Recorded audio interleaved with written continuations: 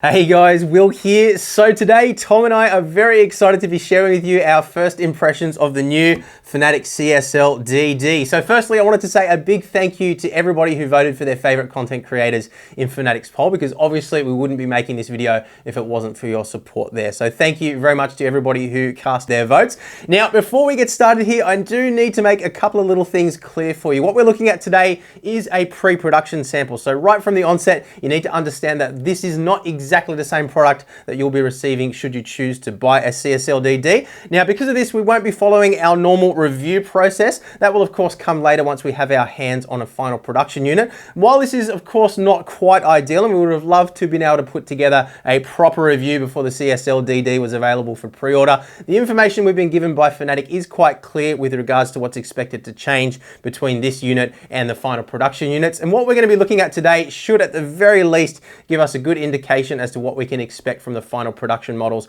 when they hit shelves. At least when it comes to the general quality of the force feedback, characteristics of the motor, and little details like that, which I think are the things that are most important to you guys watching this video anyway. So please do just keep in mind that there are no guarantees that the experience won't change between now and final production. Now, for complete transparency, Fanatec have asked us to only use the supplied wheel for this video, as the design of the base side quick release, or this little part here, is not quite final yet. So we won't really be focusing at all on the interface between the wheel and the base itself in today's video. This will of course be looked at in great detail later on, once we have our hands on the final production model. We'll also not be spending too much time looking at the design overall. We're not going to be pulling it apart or anything like that. Instead, we're going to focus primarily on the overall driving experience. So the aim today is to use this pre-production sample to answer as many of your questions as we possibly can and comfortably can, and arm you with as clear a picture as possible prior to reviewing the final production version. We'll be taking a look today at the experience with the standard 5 Nm peak rated power supply, as well as the upgraded Boost Kit 180, which unlocks the CSL DD's full potential of 8 Nm peak.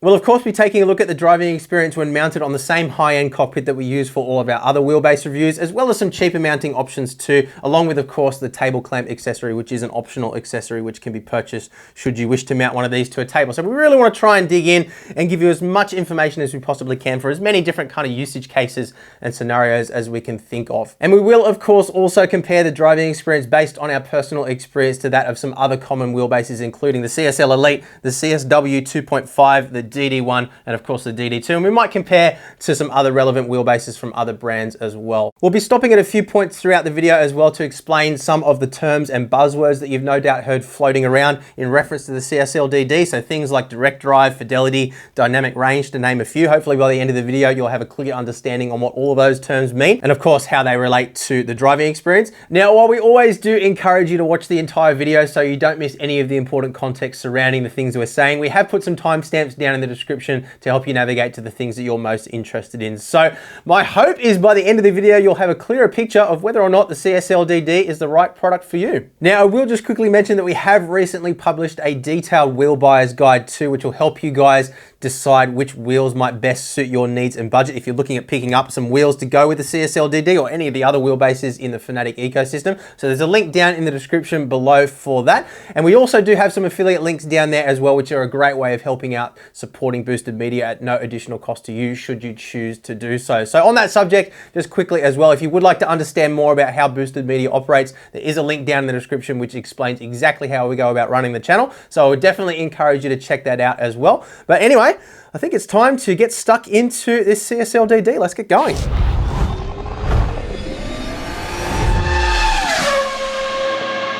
So let's quickly power through a couple of details around the product itself before we get into driving. As we said before, we will do a proper detailed look at a later time once we have our hands on a production unit. But there's a couple of things here that I think are important for the context, and I'm pretty confident these things won't change at least significantly between what we have here and the final production models. So firstly, let's just quickly cover compatibility. PC and Xbox compatible out of the box. Xbox compatibility comes from a security chip within the actual wheel, not the wheelbase. So assuming you have an Xbox compatible wheel, you plug this into this wheelbase and it will also be Xbox compatible. Not PlayStation compatible out of the box. Unlike with Xbox, PlayStation compatibility comes from a security chip inside the base. So we do believe from Thomas, the CEO of Fanatec's comments on his blog, that there will be some kind of a comparable PlayStation edition of this coming at some point in the future. We don't know exactly when, but this particular model isn't PlayStation compatible. Now, a lot of people might question why it is that they do it that way. The simple reason is, and I actually used to work for Sony, so I can say this with relative confidence, the licensing fees for that security chip for PlayStation compatibility isn't cheap at all. And you can imagine if they included that licensing fee for everybody, it would mean that people that didn't need that PlayStation compatibility would ultimately end up paying for it in the base as well. So it makes sense that they have a version which isn't PlayStation compatible, and I expect that we will see something in the future which will give us that compatibility. So in my opinion, it's a good thing that there is a non-compatible version because it makes it cheaper for those who don't need that functionality. Don't really understand why they're not releasing two things at the same time, but we won't speculate on that. I'm sure we'll see something at some point in the not too distant future. So footprint wise, we have a measurement of 160 millimeters wide and also 160 millimeters tall. So it is the same height as it is wide, and 145 millimeters long. Now again, that could always change, but I think it's probably unlikely. And you can see we've got this kind of aluminium heat sink material in the middle here. And the reason for this ridged design is to increase the surface area. This in turn allows us to dissipate more heat away from the motor without the need for active cooling. So this is completely passively cooled. There's no cooling fan internally here, and that obviously reduces the amount of noise. It also eliminates another potential failure point too. So I don't anticipate we're gonna run into any issues with heat here whatsoever. Look, to be honest with you guys, every single direct drive wheelbase that we've ever tested here at Boosted Media has gotten lukewarm at absolute worst. So yeah, I just don't really see heat being an issue. It seems like everybody's kind of on top of that. So yeah, I don't expect we're gonna have any problems with this one either. And while we are still on the subject of these ridges here, you can actually see the ridges here and here actually double as T-slots. So we've got these little included M6 T-nuts, and they slot in like so. And that allows us convenient side mounting. Now, if I put this side by side with my DD1 here, the measurement between these is actually identical between the DD1 and this. Now, again, we can't guarantee that that will stay that way, but I don't see any reason why they would change it. So if you do have a mounting bracket which is designed for a DD1, you shouldn't have too many issues adapting it to fit. You can see the spacing there from my SimCore UM1 mount is actually the same between that and that. One thing you do need to note though is that the DD1 and DD2 are slightly wider than the CSL DD. So if you're using profile sandwiched between two uprights, then you may need to get some different profile to mount it. But again, we'll cover mounting solutions in more detail once we've got our hands on the final production model. But we have been told that it will be compatible with Fanatec's mounting solutions. And then if we tip it over onto the bottom, we can see we've got 3 more T-slot rails along the bottom here as well. So 1, 2, and 3. And again, the T-nuts can slide straight in, and that allows us to mount in pretty much any configuration we want. And importantly, the spacing is identical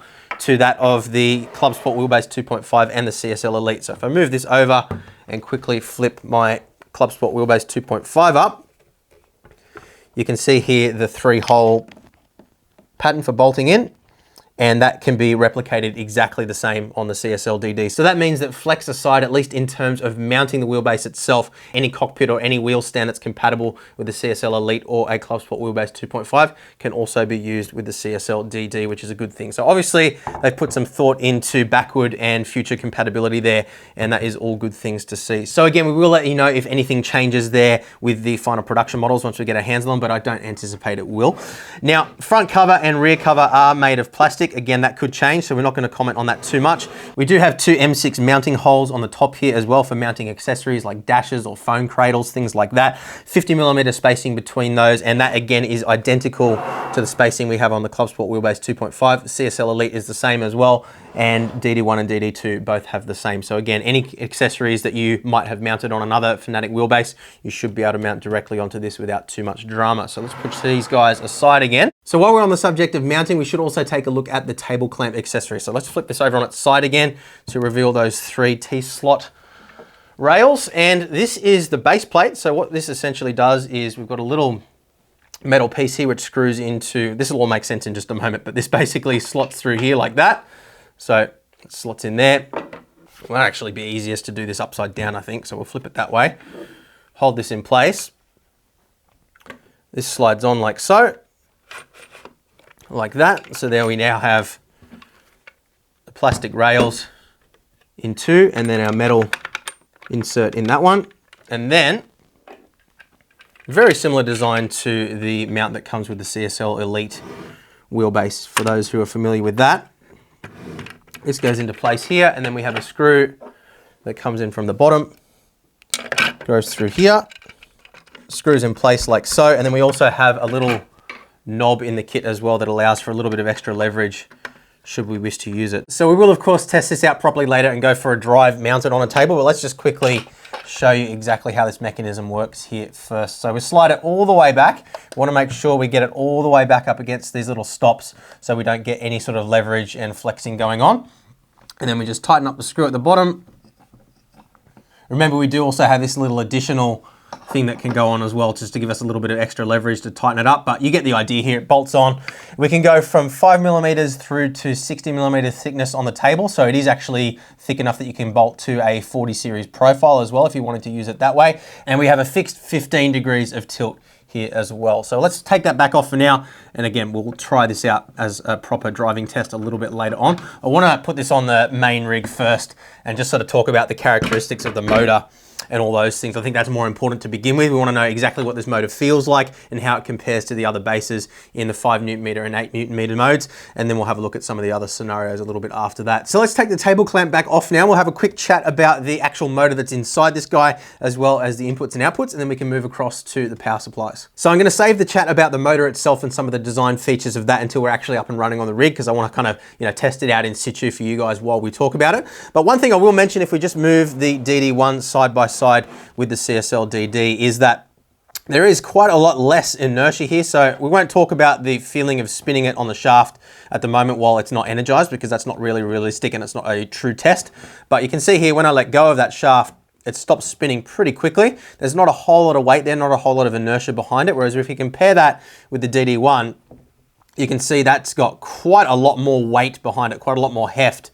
And as I turn that, you can see it keeps spinning quite a lot longer than this one does. So it's going to be really interesting to see what kind of an effect that has on the feeling of the motor overall. And I think it's safe to say that the comparison between these two is going to be more than just the overall strength. I think there will be some pretty fundamental differences between, what we actually feel in terms of the effect and the fidelity between the two. And I'm suspecting, just based off that alone, that this base may actually feel better than the DD1 and the DD2 at those lower torque ranges. So again, that's speculation at this point, but we'll test that out specifically once we get up and running in just a moment. But part of the reason for that, and the reason why I'm mentioning that now before we move over to the rig, is we do have a carbon fiber composite shaft on the motor itself. Remember, we're not talking about the quick release here. We're just talking about the part that comes out the nose of the motor, I suppose you could say. You can't really see it here. And again, we'll have a proper look at it when we have one of these in final spec to review for you guys. But it is a composite shaft there, and that reduces the rotational mass or the overall weight of what we're rotating here.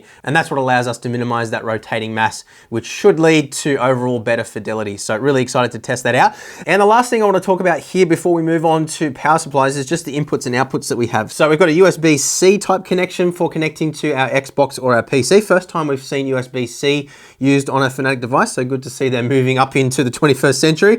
We've got a 4-pin power connection here as well. We'll talk about that in just a moment when we have a look at the Boost Kit 180 and the standard 90-watt power supply. Another USB-C connection here for some sort of data point. Don't know anything about that yet, so we won't talk about it yet. Then we've got shifter 1, which is for our sequential or H-pattern shifter. Shifter 2, which is for a sequential shifter specifically, according to the literature that I have access to. But again, we'll unpack that a little bit more later on. We've got our pedal connection here and our handbrake connection. So that allows us to connect all of our external peripherals all in through the one USB connection to our PC or our Xbox. And that is, of course, one of the strengths of the Fanatec ecosystem, at least in my opinion, is that we're able to kind of bring all of those things together, have one easy connection to the PC, control it all through the one driver interface as well. It just makes it simple, makes it easy to plug and play, makes it easy to get up and driving with minimal fuss. So let's have a look at these power supplies now. This is, I know, something that a lot of people are wondering about. So this is the standard 90-watt power supply that comes with the unit as standard. Remembering again that when we order one of these,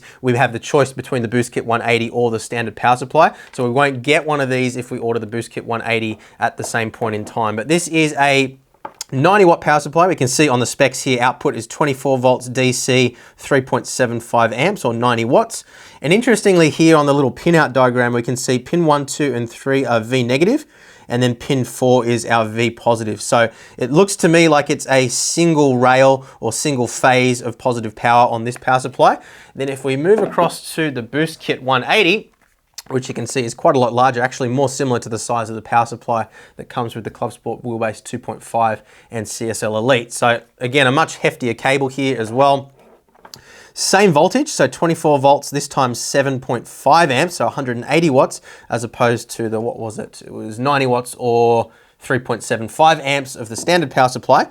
What we can see here on the pinout is that pin 2 and 3 are negative, pin 1 and 4 are positive in this case. So that leads me to believe that the way the wheelbase is actually detecting the difference between the two power supplies is the fact that one of them is using two separate rails as opposed to the single rail with the normal power supply. So I wasn't sure if we were going to see some sort of a dongle or something that we plug into that data port maybe to enable the Boost Kit 180 and tell it that it's using the more powerful power supply. I know one of the questions that a lot of people are asking is, will we see aftermarket power supplies that can be used with the CSL DD at maybe a cheaper price to unlock the full 8 Newton meters of peak torque? Now, Fanatec have made it very clear that that will obviously void the warranty, so that is a risk that you take. But at least from what I can see here, it doesn't appear that there's any sort of smarts to this. It doesn't appear that it's, you know, got some sort of a chip inside it that tells it. It seems to be just the difference between a single rail or dual power rail supply. Now, that is pure speculation on my part, but there's nothing physical that you plug in other than the power supply to tell the CSL DD that you're using the Boost Kit 180 as opposed to the standard power supply. Now, the other difference that I just wanted to point out quickly for you as well before we move on is that the Boost Kit 180 does have a IEC connection here, so 3 pins, so active, neutral, and earth, whereas the standard power supply, the 90 watt power supply, just has an active and neutral pin. So whether or not that causes any issues in terms of electromagnetic interference or EMI will, you know, obviously depend on your situation. I've never had an issue with electromagnetic interference on my rig at all with any equipment that I've ever tested here on the channel, so I don't anticipate it being an issue here either. But when we get to the final production model, we will let you know if there are any issues. Don't anticipate that we're going to have any problems there though. So I think that covers everything. Again, let me know in the comments if there is anything else you'd like to know. But let's get it set up on the rig now and talk about how the motor feels.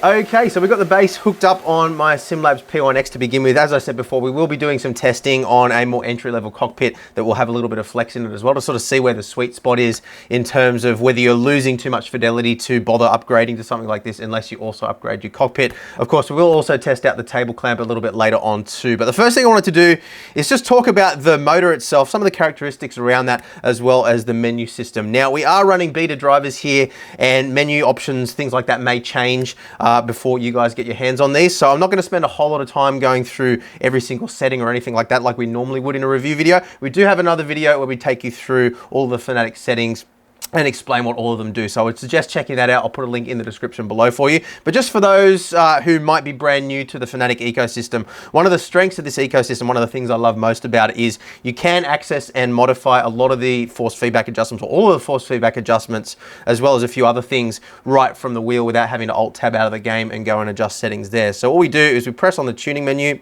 and we have 5 separate presets which we can select through from the wheel itself. So you can see setting 1, setting 2, setting 3, setting 4, and setting 5. So you can set those up to suit different sims, different cars, pretty much whatever you want, and then switch between them really, really easily. So say I've been doing iRacing, I've got a setting there, and then I want to jump across and do something completely different, like rally, for example. All I need to do is press the tuning menu button, push up, and that's it. My setting 2 is now selected, and you can see in this case I've limited my rotation to 360 degrees instead of the 900 degrees which we would be using for iRacing. So we'll go back to setting 1, and you can see now I've got the full 900 degrees of rotation. So it's as easy as that to jump between settings. Now, one thing I did notice when I first got up and running, the default settings that came in these drivers were pretty terrible. It felt very grainy, it felt very kind of all over the place, and I was actually quite worried that there might be something wrong with the base initially. But I did a little bit of fine tuning, spent probably about 2 hours just kind of fiddling and getting things really dialed into how I like them. And I'm very happy to report that we've got this to a place where I'm very, very satisfied with it. Now, we are running the 5 Newton meter power supply, or the standard 90 watt power supply at the moment, but we will comment on the Boost Kit 180 in just a moment too. But just quickly on the menu as well, let me just quickly show you a rough idea of how we adjust things. So we go across, we can adjust sensitivity, force feedback strength, scaling, natural damper, natural friction, natural inertia, force feedback intensity, There's a whole bunch of settings here, and again, I'm not going to run you through all of these now because these may change or be slightly different depending on when you get your hands on one of these. But again, when we do get our hands on the final production unit, I will take you through all of this in great detail and do some setup guides and tuning guides and things like that to help you get the most out of your experience with the base. So let's exit out of the menu now and talk about the characteristics of the motor. Now, one of the things you guys would have seen if you've watched any of my other wheelbase reviews in the last year or so is I always like to sort of sit in the pits here and just kind of comment on how the wheel feels with the weight of the car kind of transferring across. When you don't have a lot of things going on, when you don't have a lot of inputs, it's a good way to sort of feel the general characteristics of the motor that will be underpinning all of the force feedback effects that we're feeling a little bit later on. Now, one of the things I commented on with the DD1 and DD2 is there is a slight underpinning level of graininess that has reduced in the more recent firmware updates and drivers. I'm happy to say to the point where it's almost completely smooth these days, almost on the same level as a SimiCube 2. And I would say that with this, after I have done some adjustments, there was quite a bit of graininess there to begin with. It is very, very, very smooth. I'd say every bit as smooth as the DD1 and the DD2. I wouldn't say it's smoother, definitely smoother than the old experience, but with the more updated firmware, it's about the same. We did end up adding a little bit of natural inertia and natural dampening just to stiffen the wheel up a little bit. I did find it was a little bit too free spinning with that reduced weight for my personal preference. Again, remembering that I am coming across from a SimiCube 2 Ultimate, which is pretty much, you know, the best of the best when it comes to bases. But again, depending on the type of driving that you're doing, for drifting, for example, you're probably going to want as light a wheel as possible. So it is good that you have the option of reducing that to pretty much nothing. So you can see here in my iRacing setup, when I spin the wheel, it's got a nice sort of natural amount of rotation that continues in the wheel now.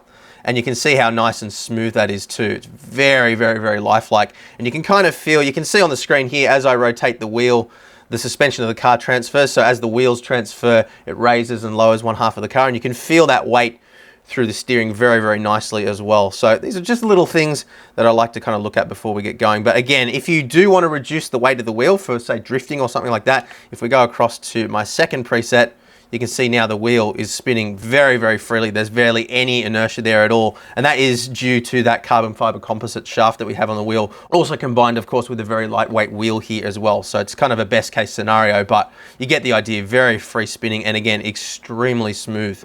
So yeah, very impressed as an initial impression there. Now, one thing that I will mention here is that this is a servo style motor. So it's not a hybrid stepper motor like we see in the SimMagic M10, for example.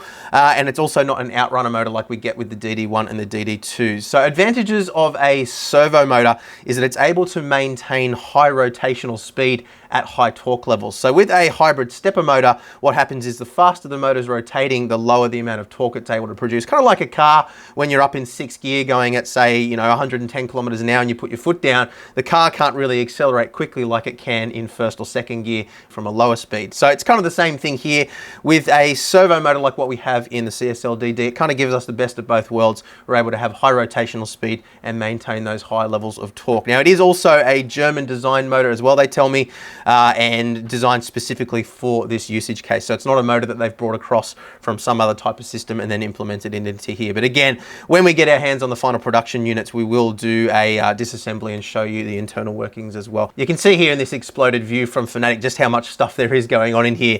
And there's all sorts of things like optical transceivers to get the data across to the wheel without the need for a separate cable.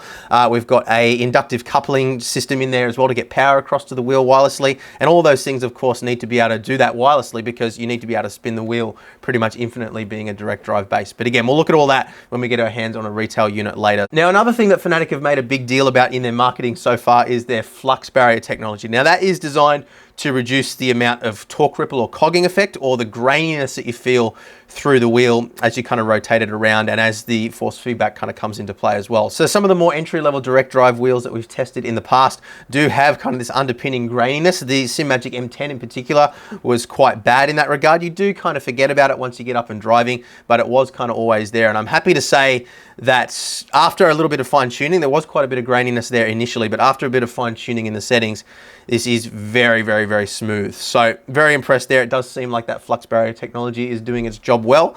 But I think that's pretty much everything we need to cover just sitting stationary in the pits. I have very, very high expectations now, I'll say, because, you know, I was worried that this might feel quite notchy and quite kind of cheap in the hands, given the price point. Again, remember, we are running the 5 Newton meter power supply right now. But let's get out on track now. We'll talk about fidelity, we'll talk about dynamic range, and let's give you our first impressions of this wheel. Then we'll move on into some other sims. We'll give Tom a try as well. He's coming from a DD1, so it'll be really interesting to see what his impressions are. And yeah, let's get out on the track. So we're in a Porsche 911 GT3 Cup car at Imola in iRacing. Wanted to start off here because this is kind of a familiar testing ground for me. I particularly like this car and this track combination because it is quite loose in the rear end. It does move around quite a lot, particularly the second half of the lap here. There's a section where you're kind of braking as you're turning in and the back of the car gets quite loose. And I really want to sort of feel whether this wheelbase allows us to feel that movement and react to it quickly enough. I really want to test the response time of this wheelbase, and I think that's going to be a really great way to do it. We will, of course, test out a bunch of other sims as well as we go through the video, but this is going to be what we start off with. So let's head out here. Get a bit of heat in those tires. So the things I'm going to focus on here are fidelity and dynamic range primarily as we get started. So fidelity is the feeling that you get through the wheels. So the effects, the detail that you're getting in those effects as well. So things like road texture, you know, feeling the back of the car snapping around on you, feeling the curbs, feeling the weight of the car, all those little details. And then dynamic range is the range, or I guess the amplitude and volume of those effects. So how much variation there is between different effects. Now, one of the advantages of a high-end wheelbase, like say a DD1, DD2 Simucube or something like that, is that we have a larger amount of dynamic range. So with say 20 Newton meters that we have with the DD1, for example, we can go all the way from 0 Newton meters or nothing through to 20 Newton meters of torque. And that means that the difference between subtle little effects and something like hitting a wall are quite profound and quite large. Now, what we're running here is 5 Newton meters of dynamic range, which means the difference between those small effects and those large effects is quite small. So what we can do is we can kind of tune around that a little bit. We can make a few sacrifices. So for example, if we want to feel the effects of road texture and ripple strips and little details like that more strongly, we can push those towards the top end of the scale, or the top end of the dynamic range. And then what we can do is we can actually have it set up so that the, and I'm sliding all over the place here on cold tires, we can set it up so that the effects will actually start clipping when we're doing things like running into walls or jumping over big ripple strips and things like that. So it's a bit of a compromise when it comes to lower strength force feedback, but the way I've got this set up at the moment is the effects are quite weak at 5 Newton meters, and I'm sort of trying to take advantage of as much of the range as possible. So what I would say is that the effects are a lot weaker than I'm used to, but again, we have to look at this from the perspective of, are you looking for maximum immersion, or are you looking for getting the detail that you need to drive quickly? And I think that what I would say straight out of the box after, you know, just some fine-tuning adjustments from me for a couple of hours just to kind of get the most out of it, is that 5 Newton meters in terms of dynamic range is definitely enough to be competitive. So, I mean, again, as we've said many times before on the channel, there's plenty of people that are, you know, winning esports competitions every day using, you know, Logitech G27s, G29s, and so forth, which are about half the strength of this. So it absolutely is possible. And what I can tell you is I am feeling all those little details. I am feeling the fidelity. I'm just not getting the strength at 5 Newton meters. So what I've done is jump back into the pits quickly, and I'm going to increase my strength just a little bit here. And again, don't pay attention to the numbers or anything at this point in time, because we will do some guides properly later on to explain all this properly for you guys. But what I've done is I've increased my force feedback strength a little bit. That is going to cause me a little bit of clipping when I'm, you know, running over big curbs and things like that, but it is going to also increase the detail without clipping in road textures. So we're going to see if we can bring out that detail and make the most of the 5 Newton meters of dynamic range that we have to work with at the moment. So let's head out again. And straight away I can feel a little bit more road texture there. I'm getting a little bit more detail coming through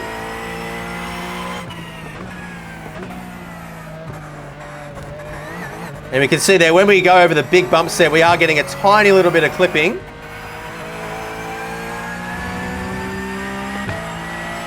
But it's not enough to really worry about, because it's not something that is going to affect our driving in that sense. So it's just a trade-off when you're running at lower force feedback levels. To bring out that fidelity, you do have to make a little bit of a compromise when it comes to the dynamic range, just to get that detail out. So what I would say is that in terms of the actual fidelity though, I am getting every bit as much detail as I get from a DD1 or a DD2. So I would say that, yeah, I think I probably will end up wanting to have that boost kit 180. I think that probably will be where I'll land, just because I am missing the overall dynamic range that I'm used to from, you know, coming from a DD1, DD2 or a SimiCube. But I think, you know, for those looking at stepping up from something like a Logitech, you're not necessarily missing out. Like, you're not missing out on detail that's going to be important to you to drive quickly or anything like that. It's just coming down to wanting to get the best out of this base, and knowing that you could get, say, 40% more dynamic range out of this with just the power supply kind of is an enticing reason to want to buy it. So let's try to pick up the pace a little bit now, and I'll just kind of talk you through what I'm feeling in a little bit more detail. So hitting the brakes here, you can feel the back end of the car getting a little loose on me. The rotation's nice and smooth, so I'm not getting any sort of sense of notchiness at all through the steering. Get it turned in. And I think, yeah, having that little bit of natural inertia and natural friction wound into the settings is definitely helping me. It's giving me a little bit more sense of the weight of the car.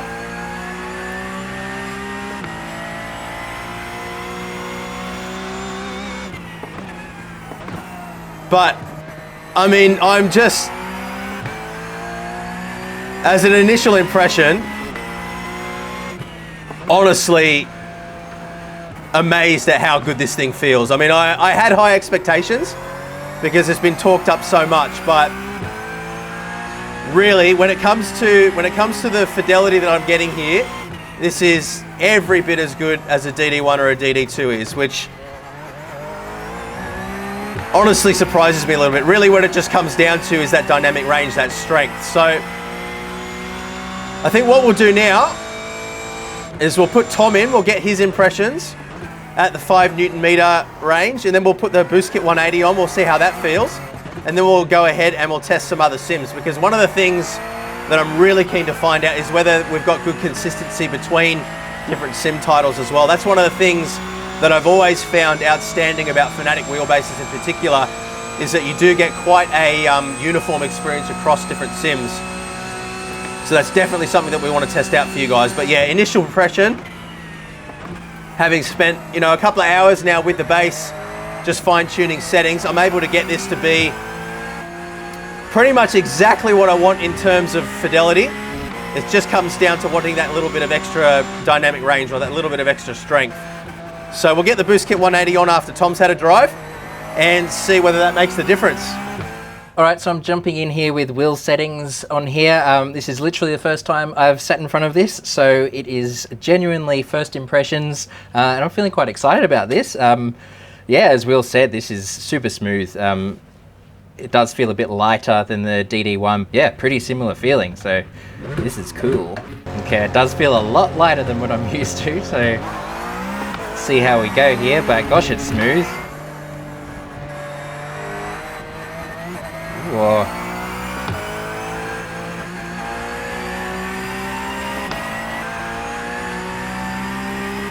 All right, so straight away, in comparison to the DD1, which I use a fair bit, it's a lot lighter. Obviously, it's I'm not feeling nearly as much overall force, and it feels like when I'm just going down a straight and wiggling it around, it's like, oh, is anything going to happen here? But then when I'm under brakes and hitting curbs, I am feeling what I need to feel. So I guess that's a testament to the smoothness of it. It's really smooth.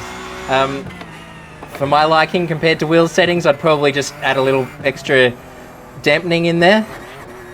I'm feeling now that the boost kit's going to be pretty valuable. Okay. That's my initial feeling.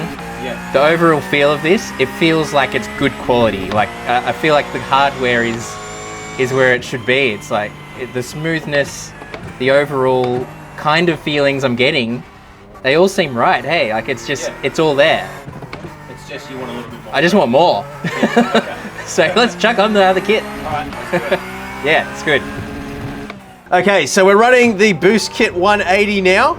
So we've increased our maximum dynamic range to 8 Newton meters instead of 5, so about 40% more. And let's see how we feel. Now, for reference's sake, with my SimbiCube 2 Ultimate, which I drive on a daily basis, I usually have that running at around about 9 to 12 Newton meters, depending on the car. So that's what I'm used to.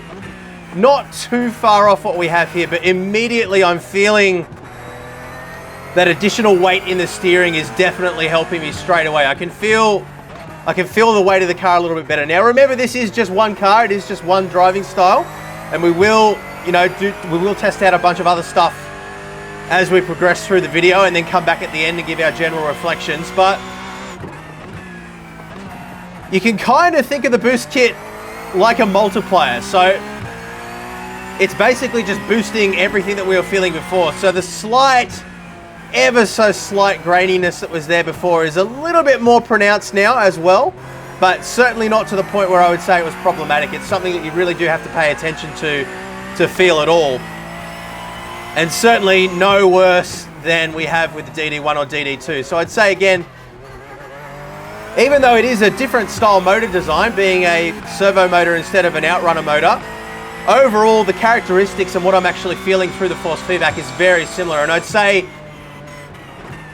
I guess to answer the big question, just as an initial impression at least, is if you have experience with a DD1 or a DD2 and you've, maybe been at a mate's place and used one and found that the 20 Newton meters or 25 Newton meters was just way too much for you and you ended up winding down the force feedback strength to about sort of 8 Newton meters, then the experience that I'm having with this is pretty much the same. There's nothing particularly remarkable about what I'm feeling with the CSL DD that sets it apart from a DD1 or a DD2. The experience overall is very similar. That's kind of what I expected, given that we are basing off the same firmware. I'm assuming they're using a lot of the same algorithms and things to drive the force feedback in the back end. And as we know, as we've talked about in many other videos in the past, so much of what goes on, see there, I was able to catch that slide with relative ease. I still got out of shape and still lost a bunch of time, but I could feel what was going on with the car. I could feel the weight of the car transferring around, which is what I needed to. But yeah, as I was saying, force feedback, so much to do with force feedback comes from the firmware and the drivers and all those things that are necessary to communicate and adapt telemetry data into what you're actually feeling through the wheel. And of course, being a direct drive wheel as well, every single little thing that comes through you feel. There's no dampening through belts or anything like that. So a bad force feedback wheel is made worse by the fact that it's direct drive. A good one is made better by the fact that it's direct drive. And I'm happy to say that the experience here is, I wouldn't say exceptional in terms of the overall driving experience, because it's no better than I've had with other products in the past. But when you consider the price point, I guess the best way I can describe this is kind of how I described the BJ sim racing pedals that I tried the other day. If this was the only wheelbase that I had access to, I'd be perfectly fine. I feel like at 8 Newton meters of torque here, I'm feeling the things I need to feel. And while coming from a more powerful wheelbase, I do miss that additional strength a little bit. I'd say if I was stepping up from something like a Thrustmaster base or even a Club Sport wheelbase 2.5, which is about the same strength as this overall, I'm feeling all the things I need to feel in so much more detail, so much more fidelity than before, to the point where I don't really, unless I'm concentrating on it, I don't really miss that strength. And again, it is just the one style of driving we're doing at the moment. We'll comment on this in more detail once we've done some other driving. I'm going to try out rally next. We're going to do some dirt track in a Fiesta around a rallycross track in iRacing, see how the car kind of reacts to slides. And then we'll do some testing through pretty much every single other sim as well. So we'll give Assetto Corsa, Competizione, Automobilista 2, Dirt Rally 2, F1 2020, Race Room we'll give a try as well. We'll give everything a try. But I think the best thing we can do from here is do a bunch of testing in a bunch of different sims and then bring everything together with some thoughts and conclusions to give you a good overall picture. Because I don't think there's really any need to make you sit through hours and hours and hours of first impressions in every single sim. I'm hoping that the experience will be pretty uniform between the different sims. That's something that we've experienced before. So we'll definitely comment on that and we'll let you know if there's anything that kind of jumps out in any particular experience. But yeah, look, as far as the Boost Kit 180 is concerned, initial impressions wise, I would say if you have the money and you're, finding that something like a Logitech G29 or something like that is far too weak for you, or maybe you've used a direct drive wheelbase or a stronger wheelbase on somebody else's rig before and kind of felt like you really valued that extra strength, then yes, the Boost Kit is absolutely worth it. It really does. Well, it gives you about 40% more dynamic range, and I'd say that is definitely adding to the experience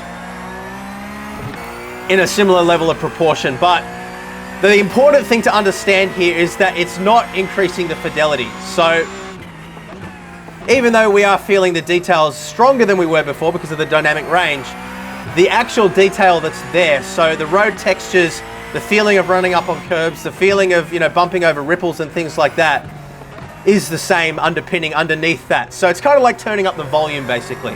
You can have good bass, you can have good sound quality on a sound system at low volume levels, but then often when you turn things up, you start to get clipping and you start to get all sorts of distortion and funny things going on like that.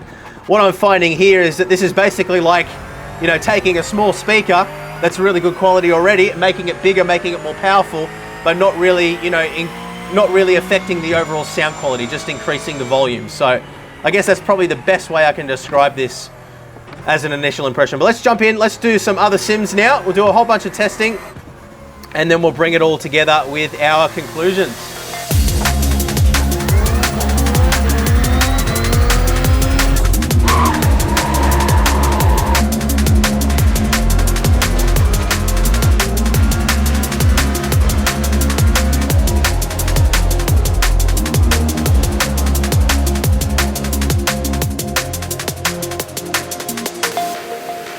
Okay, so we tested as promised across a range of different sims. Started off with iRacing, of course, as you've already seen. We did do some dirt track racing and rallycross in iRacing as well, just to sort of test and see, how the car responded to rapid changes in steering angle, road textures on dirt and across grass, ripple strips, and those kinds of things.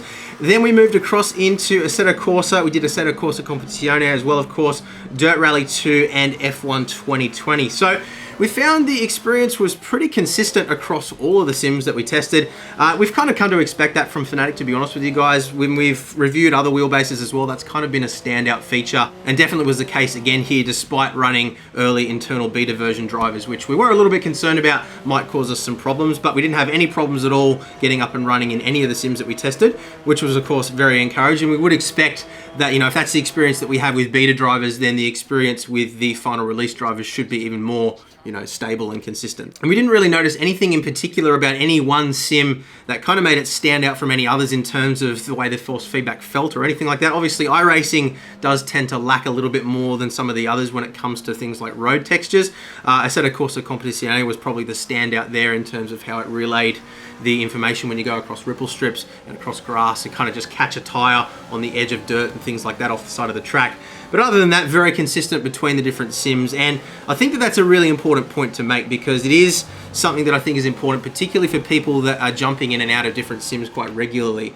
You know, if you're sort of used to one sim and then you want to go and play something else, often, you know, you end up having to retrain yourself to drive the other thing. And then when you go back to the original one, you have to learn to drive again all over again. So that's definitely something that I've struggled with in the past with some other wheelbases, but I've always really enjoyed the experience with Fanatec wheelbases because of the fact that you can just kind of jump between different sims. Obviously, each sim does have its own subtle nuances, and then, you know, they don't all feel exactly the same as each other. But when it comes to what's important to going quickly and consistently, I always find that Fanatec wheelbases seem to be the most consistent between them. So I'm of course coming from a Simucube 2 Ultimate on my daily driver, which is capable of over 30 Newton meters of peak torque. I generally run it at around about maybe 9 to 12, maybe 15 Newton meters, depending on the car that I'm driving.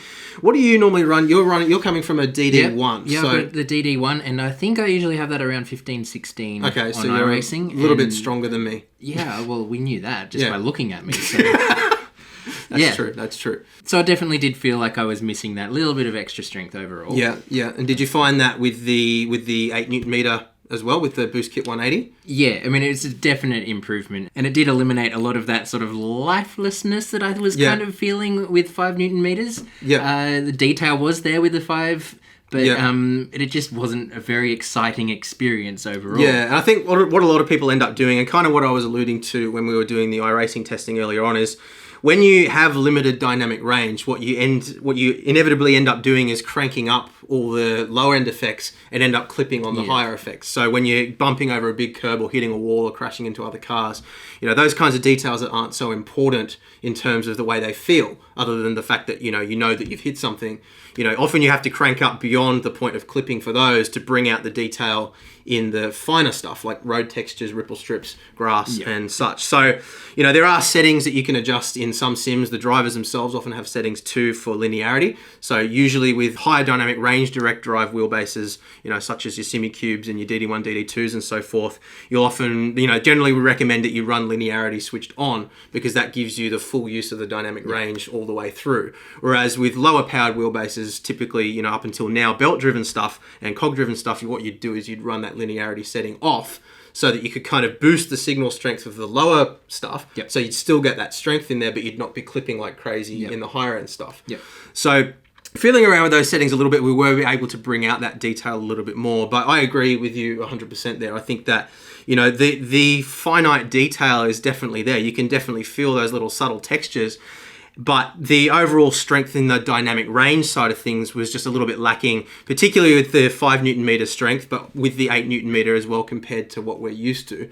But I think that we also have to consider that, you know, for somebody that's coming from, say, a 2.5 Newton meter Logitech G29 or something like that, this is still a big jump up. Even at 5 Newton meters, it's a big jump up. You will notice a big difference straight Absolutely. away. And I think the other important thing to acknowledge here as well is that when it comes to esports, we know, and we've seen time and time again, that, you know, so many people choose to use more entry-level gear because they don't want to have big, you know, they don't want to be fighting the wheel. Distracting. And, they want to be, you know, they're focused purely on just going fast and only wanting to feel the things that are necessary to go fast. And I think that's really where this is a very, very compelling product because you're getting all of that detail, you're getting all of that really fine stuff that's genuinely going to make you be able to react faster, but you're feeling all of that detail.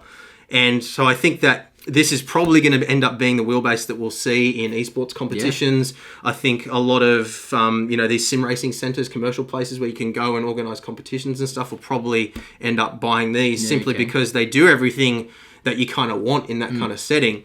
But, you know, obviously they're cheap compared to something like a Simucube 2 or a DD1 or DD2. So I think that when it comes to people that just want to feel that detail and aren't too concerned about the dynamic range side of things or the overall strength, then, you know, the 5 Newton meter option with the standard power supply is probably perfectly fine. I think if you're after the more immersive experience and you're not so worried about making it, you know, allowing yourself to go faster, then, you know, the Boost Kit is probably a good option. Yeah, I'd say it's definitely a valuable upgrade going to the Boost Kit. It's worth that extra money for the immersion. But it is for the immersion and not necessarily for the consistency or speed. I think is probably the important thing to note here. Yeah, I think you're probably right. Yeah, you're not gonna go faster with the Boost Kit, but you'll probably have a better time. More fun, yeah. But you also need to consider what you're going to be mounting it on as well. So what we did find, and we did do some pretty extensive testing across various different mounting solutions. Obviously, we tested primarily on our SimLabs P1X, which is really super solid and, you know, allows us to feel all of the little nuances and characteristics of the motor, which is what we obviously wanted to test for the primary reason for making this video. But we also did test on a Next Level Racing GT Lite, and that does have quite a bit of flex in it. Admittedly, it's not really designed for a direct drive wheelbase, so, you know, we're not having a go at the product by any means. But we think it's important because there are going to be a lot of people that are looking at this as an upgrade for an existing cockpit. They might be on a limited budget and they don't want to spend anything more. They don't want to go down the rabbit hole of having to, you know, reinforce their cockpit, spend a whole lot of money on things that they weren't expecting to have to spend money on in order to get a good experience out of the base. So I found that the standard power supply, so the 90 watt, 5 Newton meter peak torque, was okay. It definitely didn't give me quite the same fidelity in terms of that finite detail, just due to the dampening effect of the flex in the cockpit. 8 Newton meter I found was pretty much out of the question with a more flexy cockpit. So I would say buy the 5 Newton meter version and upgrade your cockpit. Then if you're still wanting more, get the 8 Newton meter version. I don't think that you're really going to be getting your money's worth out of the boost kit if you are mounting it to a more flexy cockpit, because, you know, it does have that dampening effect and you are losing that little bit of detail, and you find that the strength is kind of almost creating more flex. So it actually ends up being more difficult to drive the more you turn up the force feedback. So because it's not only dissipating some of that strength in the wheelbase, exactly, but it's also then rebounding and creating these other vibrations. Exactly, it's creating inconsistencies and variables that wouldn't otherwise be there. And it's interesting because when we were using the Thrustmaster TSPC on that same cockpit, we didn't really feel like the cockpit was a weak link there. No, so I guess that's an indicator of a little bit of a weaker base. But again, because we have that extra detail here that we weren't feeling on those other bases, I think that's really where you kind of go, oh, hang on, this feels different. Exactly. Whereas when you don't have that detail, you don't miss it. Yep. So yeah, I think we would definitely recommend, if you're looking at spending the money on the boost kit, definitely make sure that you are going to be mounting it to a relatively stable surface. What we were impressed with though was the table clamp. That had very minimal flex in it. It's a solid table clamp. It is, yeah. It has a little bit of wiggle in it, just in the rubber bumpers in the bottom, so it can flex a little bit, maybe 1 or 2 degrees. But provided you've got it mounted to a pretty solid table, and this table that we tested on isn't the most solid table in the world, but you know, provided that it is mounted to a relatively stable and solid surface, I think that you'd be absolutely fine with the 8 Newton meter. Yep. I didn't really find it to be rattling things around too much at all. So yeah, it was definitely doable and probably a more pleasant experience than on the GT Lite. Absolutely, yeah. I was instantly faster with it mounted to the table than I was with the flexi cockpit. So that's definitely an important factor. Yeah, I think the issue with table mounts though is usually around the pedals though. So well, that's true. Securing your pedals is usually the bigger problem there. Absolutely, yeah, and that's a subject for another video. We will be testing the new CSL pedals in the next few weeks as well, so that's exciting. Yep. So yeah, I think to summarize the points there, if you're mounting to a table that's nice and solid, you're not going to have too much flex there, then the Boost Kit 180, absolutely okay. If you're mounting it to a flexi cockpit, then probably don't get the boost kit. I'd invest that money into a more stable mounting solution beforehand. Boost kit only really necessary if you want the extra dynamic range, you want that extra immersion. If you're just interested in going quickly and consistently, then you probably don't need to spend that money. But yeah, overall, a very consistent, a very good experience, and yeah, absolutely met my expectations. What do you feel about that? Yeah, I'd say it met expectations, probably went over them a little bit, given the price of this thing. I mean, you know, given the price point, I think. And I mean, I was quite critical early on. I think that first video that I did when they announced it, I kind of said, come on guys, don't get caught up in this DD hype, because, you know, people they do associate the term direct drive with awesomeness. And as we've seen before, you know, direct drive doesn't necessarily mean a great experience. It all comes down to how it's implemented, the quality of the motor, the quality of the drivers, the firmware, all those things contribute. And because of the nature of these things, if you've got bad quality signals coming into the motor, you're going to feel all of that garbage and it's not going to be a good experience. Yep. So we have tested wheelbases before that are direct drive that haven't felt as good as belt-driven bases. So Which one? The SimMagic M10 I don't think is as good as the Club Sport Wheelbase 2.5, for example. Yeah, so fair call. Yeah, and you feel the same way about it. So yeah, I agree with you, but I mean, you do get used to that kind of grittiness. Yeah, and I almost like to think of it as its engine noise and the car vibrating. Well, you do get used to it. Absolutely, you do adjust to it, and you don't notice that it's there until you go to something else, and you're like, oh yeah, this is nice. actually pretty good. Yeah, exactly. Yeah, so I think that when you consider all those things, the point I'm trying to make here is that just because a wheelbase is direct drive doesn't necessarily mean that it's awesome. And because of that, I was skeptical going in because of the price point. I didn't think that this was going to be as good as Fanatec were kind of making out it was going to be. And as soon as I started using it, as soon as I got my settings dialed in, I was like, wow, okay, yeah, this is actually really darn good. So I think another driving style where this is going to be really popular, and unfortunately we couldn't really test this to the extent that we wanted to because we only had the McLaren wheel to test with. But I gave it a go. But I did give it a go, but it kind of didn't work. We obviously, when we get our hands on the production unit and we can put whatever wheel we want on it, we'll test this extensively for you guys. But I think that for drifters and ralliers, is that how you say it? Rally drivers? Yes. Yeah. I think for drifters and rally drivers, this is going to be really popular as well, particularly for drifting because you do have that rapid response time. You do have the fast reactions. It does rotate really nice and quickly, at least in the experience that we've had so far. And that is obviously something that's really important for drifting and rally, more so than overall strength and dynamic range there. So I think this is going to be a really popular wheel and really good value wheel for people that are interested in drifting. I know the SimMagic M10's been quite popular for drifting because of that. It's relatively cheap, but it gets the job done. Yeah.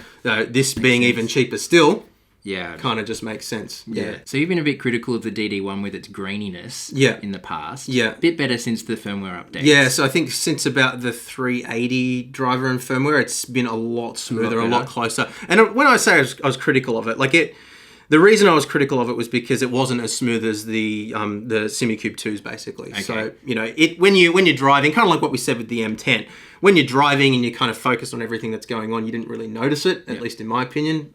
You agree? Yeah, I agree. It doesn't bother me. It doesn't bother you at all. Where does this sit on the graininess level? On the graininess level, I found this to be about the same as what the DD1 and the DD2 are now. Okay. I think it was surprisingly smooth. I think because of the carbon fiber composite shaft and the lower rotating mass, I was expecting it to feel a little bit more grainy because you don't really have that weight to and that inertia to kind of balance it out and dampen it. Yeah. But didn't really turn out to be the case. So I think that this flux barrier technology that Fanatec have been making a big deal about in their marketing does seem to be doing a pretty good job. If we have another look at the expanded view here, you can see where the magnets are on the stator or the rotor, and then you can see the coils around the outside. And what creates that torque ripple, as it's called, or graininess or cogging effect, is as the magnets kind of rotate past each magnetic field, there's a bit of a transition period. The magnetic force isn't consistent all the way around.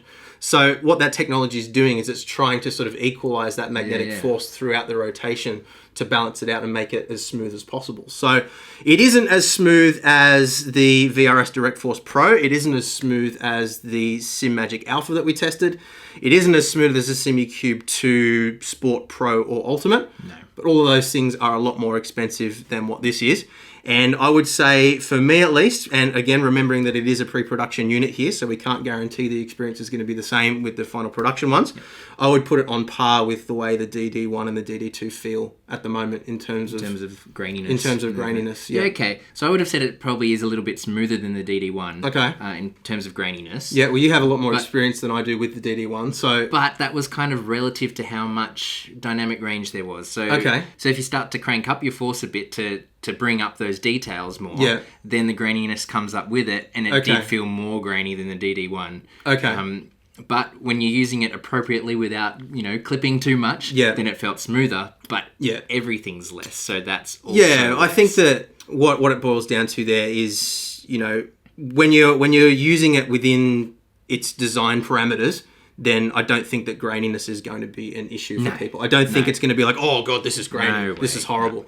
And what I will note is that when we did first take it out of the box and power it all up with just the default driver settings, again remembering they were internal beta drivers that we were using, it was horrendously grainy. It was terrible. Yeah, right. I actually thought that it was broken. I nearly rang them up and said, hey guys, I think we've got a problem here. But when I went in and started tweaking some of the settings and adding some natural damper, some natural inertia and stuff like that, I was able to filter that out no no problem. Yeah, so hopefully when it's released to public, it'll be, they'll I would get imagine that right off I would the imagine cuff. that they'll have some sort of a default setting in there that gives people a good starting point out of the box, because otherwise there are going to be a lot of people complaining. Yeah. So I don't think that's going to be an issue, but we have to say it for what it is. It was a little bit funny out of the box. So on that subject, a couple of other little points that we made here just to highlight before we move into answering the bigger questions is quietness. So definitely it's incredibly quiet, isn't it? It's quieter than the DD1, the DD2. Much quieter. It doesn't have that sort of electronic resonance sound that we noticed, at least, that we sometimes get out of the Simicubes as well, that kind of singing sound. Yeah. So definitely I would say the quietest direct drive bass that I think I've tested. Yeah, I remember thinking the VRS Direct Force was very quiet as well. It did have that electric resonance sound. There was a little bit every of that, so wasn't often, it? though. Yeah. So, and the Simagic Alpha was quite quiet. I mean, they're all quiet. Yeah, direct drive basses are quiet. This was definitely the quietest. You're not going to have a problem with noise here. And while we're speaking about that, actually, we should talk about the passive cooling as well. So throughout the testing, and we did put this through, a good 6 or 7 hours of pretty solid driving, it only got lukewarm to touch. So I know quite a few people were concerned not having a fan. It might overheat and, have to scale back the power delivery and things like that. But again, pre-production, so we don't know. But I wouldn't imagine the performance would be worse on final production. Seems fine to us, yep. Yeah, heat definitely hasn't been an issue. So that was one other thing to note. Yep. So you mentioned that you were quite impressed that it's a USB-C connection here. Yeah. But do you not find it a little flimsy? So I knew you were going to bring that up. Okay, so we've got the USB-C connection here. And again, we don't know that this is the final cable that they're going to be including. But if you have a look on the back, you can see there's a little cutout here. So there's just a little recess there. But the plug itself doesn't completely fit in that recess. And I'm having trouble getting it in there. There we go. So it's in. And there is quite a bit of wiggle room there. So I'm just concerned that because the plug is a lot more flimsy than a USB-B connection, it's great that they are using USB-C because obviously that has the potential for higher throughput in terms of data. But I can see people bumping that cable and breaking off the connection from the PCB. I was thinking that it might be wise to cable tie it onto the power. Yeah, some sort of a strain relief mechanism I think is going to be necessary. That is assuming that they do end up including this same cable with the production versions. I'm hoping that they don't. I'm hoping that they change the plug. It seems like it's designed for a different plug, so I wouldn't be surprised if it was a different cable that we get. Yeah, again, pre-production, so we don't know, but that was just one little thing that kind of was a bit of a red flag for me. As we said, the design kind of does lend itself to, having a plug that fits in that little recess perfectly, so it can't really move from side to side, and, it would pull out before it was to damage the connection. But for those of us who have snapped connections off Arduino boards before, which I think is pretty much all of us, you know what we're talking about here. And obviously you don't want to be snapping a connector off a expensive direct drive wheelbase. So just be aware of that. If they do end up having the same connection, you will just want to have some sort of a strain relief there. It's as simple as just cable tying it to the power supply. Now, while we're nitpicking, one other little thing that did frustrate me a little bit, and again, this could change for final production, was the little T-nuts, the little M6 T-nuts that they include, which slide into the base as we showed before, all the sides to mount this thing. They don't have a little spring ball or a spring leaf or anything like that to hold them into place. So when you're trying to sort of put the base on something and screw in from underneath, they slide all over the place, and we actually needed two people to get it mounted. It's pretty frustrating. So once it's screwed down, it's not a problem at all. They, it all secures in place and it's perfectly fine. So don't think it's going to be a problem while you're driving or anything like that. But just to give you an idea what we're talking about, we've got a spring leaf type T-nut here as well as a spring ball type. So what these do is the little spring ball or the little spring leaf kind of sits in position and locks it in place. So you can slide it, but it's kind of an intentional thing rather than something that happens by accident. So once you put it in the position you want, it stays there. And that wasn't the case with the ones that were included with the pre-production at least. So just another thing that I'm hoping might change before, but just something to be aware of when you are mounting it. You might need a second person to deal with that. Just a small thing, but we've got to call these things out. Small thing's a thing. That's right. And if we tell them, then they can hopefully improve it before these hit the shelves. So now with regards to the power supplies, it was interesting to see that the only difference that we could see, at least on the pinouts on the power supplies themselves, was that one was using a single pin for positive, 3 pins for negative, and the BoostKit 180 was using 2 pins for positive, 2 pins for ground, which sort of leads us to believe that the only difference between them is just 2 power rails versus 1 power rail, which would make sense because one's 90 watt and one's 180 watt. So, 1 rail per 80 watts of power. We don't know that there isn't some sort of a handshake going on, some sort of a circuit inside the power supply that's being read across those pins or something like that. Maybe it's just measuring resistance, or, there's all sorts of things that they could be doing internally to, make it so you can't just get a different power supply. But there wasn't a dongle or anything like that we had to plug in to tell it that we had a boost kit, which I was a little bit surprised by. I thought that, given the markup that they have on these, which we've talked about before, I was expecting it to, potentially be quite secure in that sense.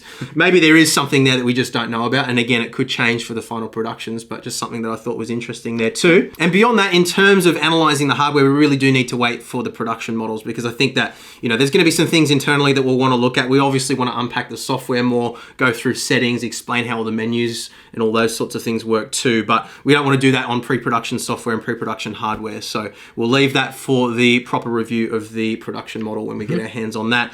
So I guess it's time now to address, what are going to be the big questions that the community are going to have. So we have been sort of keeping an eye on a lot of the conversations online and Twitter and Facebooks and Reddit. Can't escape it at the moment. No, you can't escape it at the moment. So what I've done is I've written down what I think are the most important questions here from the community. So the first question, is it a worthwhile upgrade from something like a Logitech G27, G29, or maybe even a G923 if somebody's bought one of those in the last year and maybe looking at upgrading? I think there has been a lot of people, through the pandemic situation that have obviously, dipped their toes into sim racing at a, more cheaper level, and then they might be looking to upgrade, and this is something that's going to be really enticing for them. So what do you think about that? What do you think in terms of upgrading from something like a G27, for example? Yes. Yeah.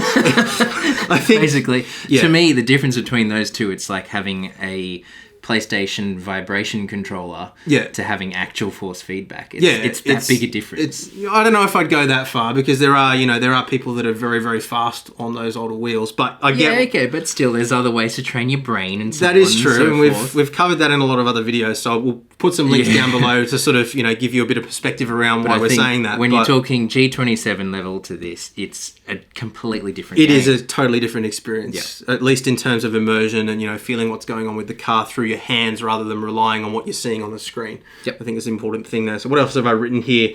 I wrote, difference is night and day when it comes to the details you feel across every sim that we tested. And again, that's a really important thing. It was consistent across all the different sims. Also much quieter too. So if your wife or your girlfriend or your kids are being woken up by your G27, which is very loud, it's pretty likely, then this is going to be a problem solver for you. So keep that in mind as well. So what I wrote here was, if you've been holding out for a more affordable upgrade path into direct drive, then really I think this is a no-brainer and you're not going to be disappointed. So you'd agree with that? Yep. Cool. So next question, is it worthwhile upgrading from something like a Thrustmaster TSPC or a CSL Elite? What do you think? Well, it depends, doesn't it? You spent quite a lot of time with the CSL Elite before you had the DD1, so you're probably more qualified to... Yeah, I did. And I think the biggest thing that I like about this over the CSL Elite is the noise, because the CSL Elite is very loud. It is very loud. So I went from a Logitech G27 straight to a Club Sport Wheelbase 2.5. And then, I'd had probably about 9 or 10 months experience using that before I reviewed the CSL Elite. So that was a jump backwards for me. And I really noticed, despite it having the same motors and electronics as the Club Sport Wheelbase, because of the different belt design and cog design and everything, I did find it to feel quite robotic compared to the Club Sport Wheelbase 2.5. I described it at the time as kind of the force feedback feeling like you've got a golf ball in a cup and rattling it. Yeah, that's a good way to say it. Yeah. So it's it has that robotic clunkiness to it, whereas this is smooth and finessed, and you feel the grain in the road texture, you feel the detail. It doesn't just feel like you're being rattled. It just clunks. Yeah, I'd agree with that. But in terms of whether or not it's worth it, I mean, that depends, doesn't it? Well, I mean, it comes down to, do you just want to go fast? Or do you want to... but also, if it means you're going to have to eat Vegemite sandwiches for the next 6 months to make that upgrade, then no, I don't think it's worth it. Yeah, I'd agree. But if it means you just don't go out to dinner on Friday night once...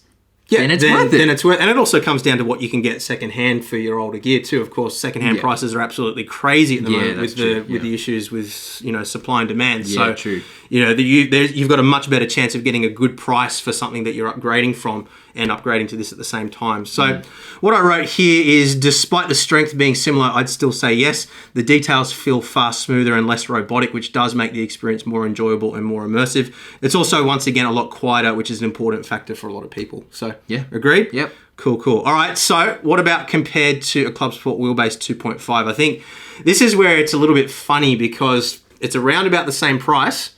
It's around about the same Newton meters if you get the boost kit. So it's kind of created a bit of confusion there. And even Thomas, the CEO of Fanatec, kind of, hinted without directly saying it in the blog that, he considers this to be a superior product to the Club Sport Wheelbase 2.5. Yeah. So what do you think about that? Well, it makes you wonder about the future of the CSW 2.5, doesn't it? Definitely, yeah. They have said, Thomas did say that the CSL Elite is being discontinued, so we can kind of, say, unless you're looking at one second hand, then, you're not going to be buying one of those anyway, unless it's existing stock. With the Club Sport Wheelbase 2.5, I do believe they're going to be continuing selling that for a while at least. I don't know. But they have also hinted that they will be bringing the range across to direct drive. So everything's going to be direct drive eventually. Club Sport DD. So we could see a Club Sport Wheelbase DD. There is a bit of a gap in my mind between, the 8 Newton meters that we get with this, with the Boost Kit 180, and the 20 Newton meters peak that we get from the DD1, 15 Newton meters holding, 20 peak. I think that we're probably going to see a Club Sport Wheelbase DD at some point. That will probably be somewhere between 12 and 15 Newton meters, somewhere around there. Yeah.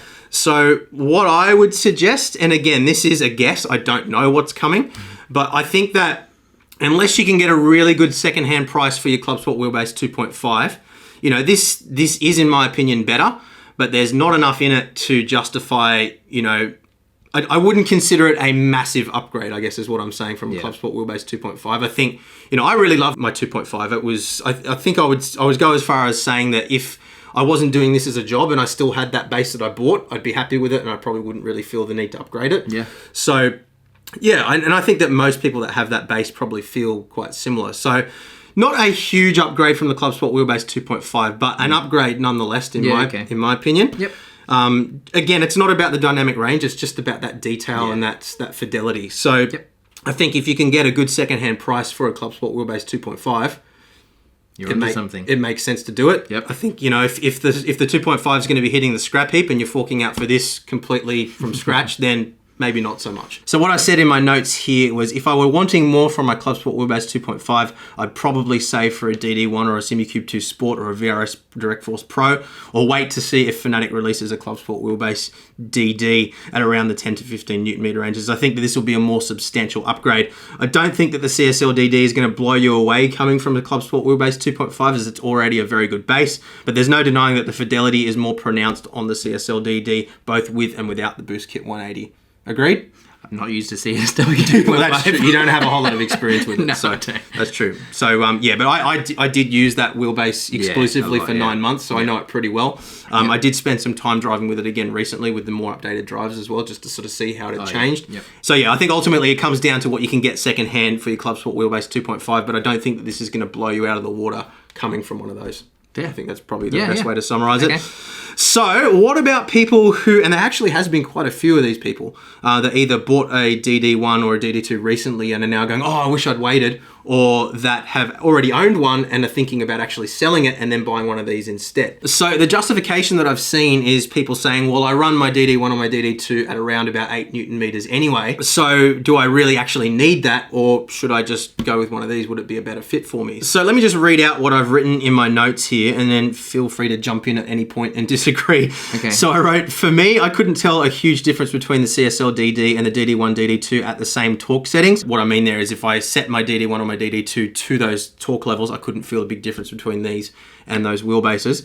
That goes for with and without the boost kit, but I do prefer a bit more inertia and friction in my wheels than some others might. So, and we kind of talked about that before, I did end up turning up that inertia just to give it a slightly more weighty feeling to simulate the feeling of a steering rack in a real car. For esports drivers, drifters and so forth, you're probably not going to be doing that. So it may be a little bit different. So I'd say by all means, if you find that you only ever run your DD1 or DD2 at similar torque values to what we can get out of this guy, and don't find that you miss having that extra dynamic range, then by all means, sell the DD1 or DD2 and buy this. I don't really see any reason why you'd be disappointed, but for me, I'd probably still at some point want to upgrade purely for more dynamic range. I think if Fanatec were to come out with a CSW DD, again, as we mentioned before, at around 10 to 15 Newton meters, then that's probably where I'd begin to start questioning the purpose of anything stronger for the majority of people. So I do think that, you know, and I've said this quite clearly before, I think that the SimuCube 2 Ultimate is complete overkill for pretty much everybody outside of a commercial kind of thing. I think that the SimuCube 2 Pro is more than enough.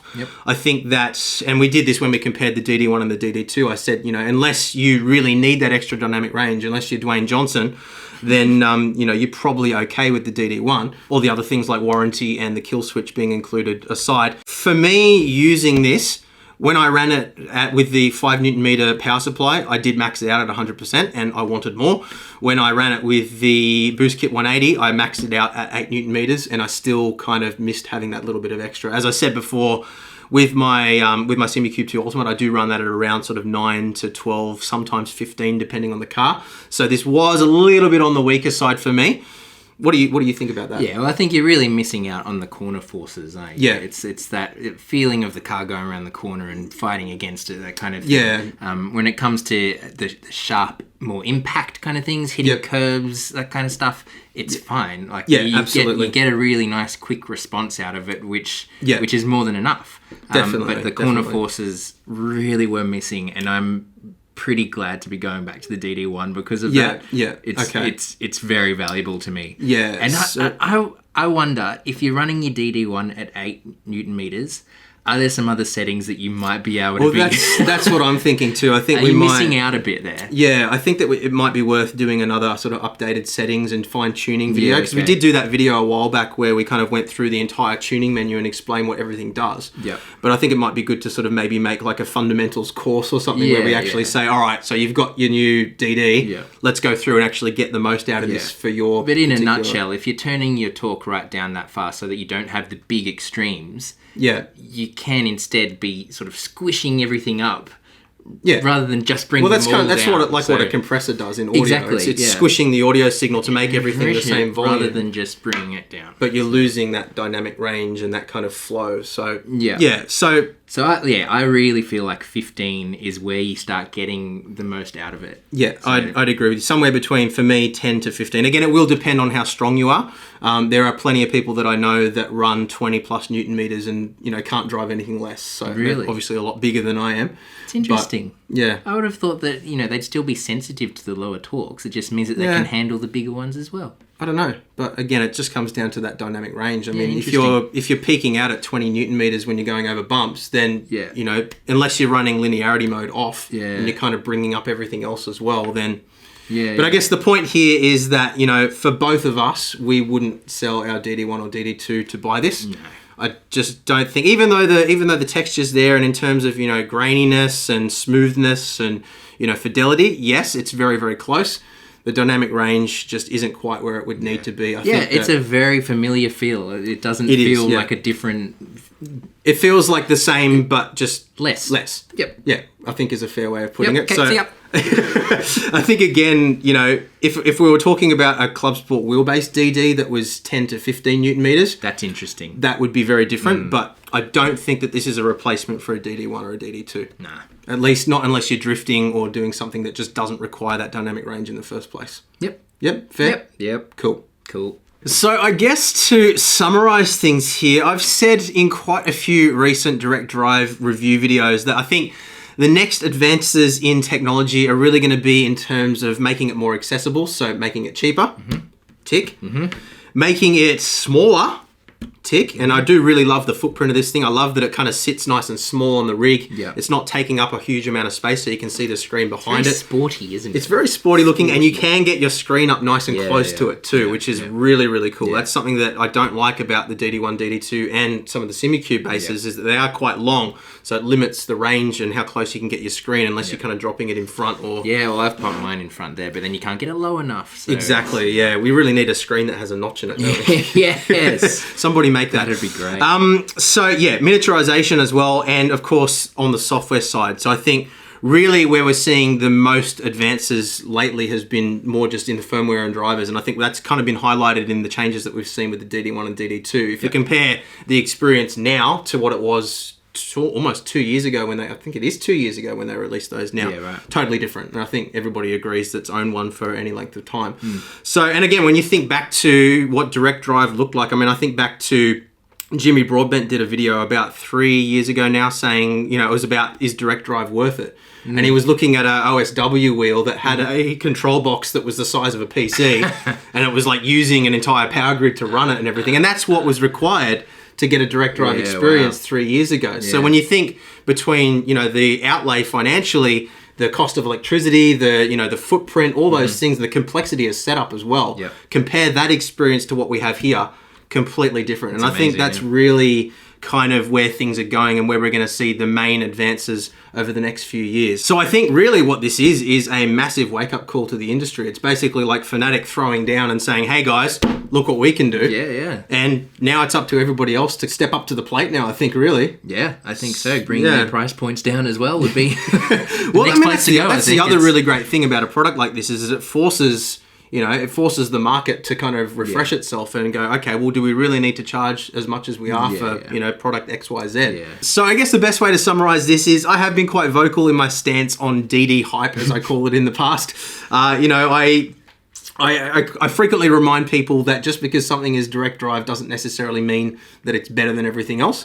And so, in saying that, my expectations on this when I first heard about it weren't spectacularly high. I kind of thought, well, at that price point, it's probably not going to be as good as a SimMagic M10. It's probably going to have quite a few compromises in terms of the driving experience.